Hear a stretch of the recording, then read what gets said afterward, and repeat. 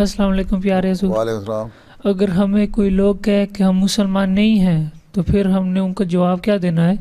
ان سے کہو مسلمان کی تعریف کیا ہے.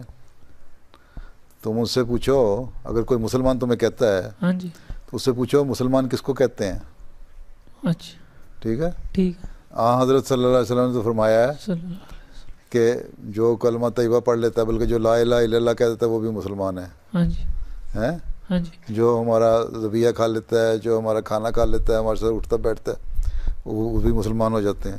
تو کلمہ طیبہ پڑھنے والا مسلمان ہے. ہم تو لا الہ الا اللہ محمد رسول اللہ پڑھتے ہیں نا، ہاں جی. اس لیے ہم مسلمان ہیں. اچھا ٹھیک ہے. جی. اگر وہ کہتے ہیں نہیں ہو تو ان سے بتاؤ تم بتاؤ کو مسلمان کون ہوتا ہے پھر.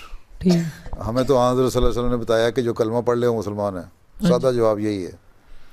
تم بتاؤ کہاں اس کے علاوہ کس کو مسلمان کہتے ہیں، کس کو نہیں کہتے. نہیں تم ان سے پوچھا کرو نا.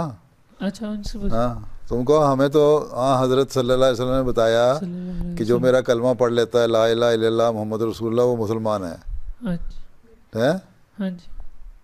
تو تم بتاؤ کہ اس کے علاوہ کیا کہا ہے ہوا ہے. ہاں جی. اس لیے ہم تو مسلمان ہیں. ہاں جی. ٹھیک ہے نا. ہاں جی.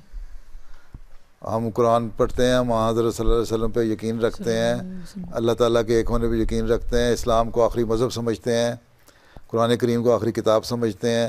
ٹھیک ہے. ہاں جی. حضرت صلی اللہ علیہ وسلم کو آخری نبی سمجھتے ہیں. ہاں جی. کلمہ طیبہ پڑھتے ہیں، اس لیے ہم مسلمان ہیں. ہاں جی. بس ہمیں سے کیا کوئی سمجھتا ہے یا نہیں سمجھتا. ہم نے جواب اللہ تعالیٰ کو دینا ہے، ان لوگوں کو تو نہیں دینا. بس پھر تم ان سے کہو کہ ہم تو مسلمان ہیں، ہم اپنے آپ کو مسلمان کہتے ہیں. تم نہیں سمجھتے نہ سمجھو، ہمیں تمہیں سمجھانے کی ضرورت نہیں. ہم نے اللہ تعالیٰ کو جان دینی ہے. کسی انسان کو تو پست نہیں جانا مرنے کے بعد.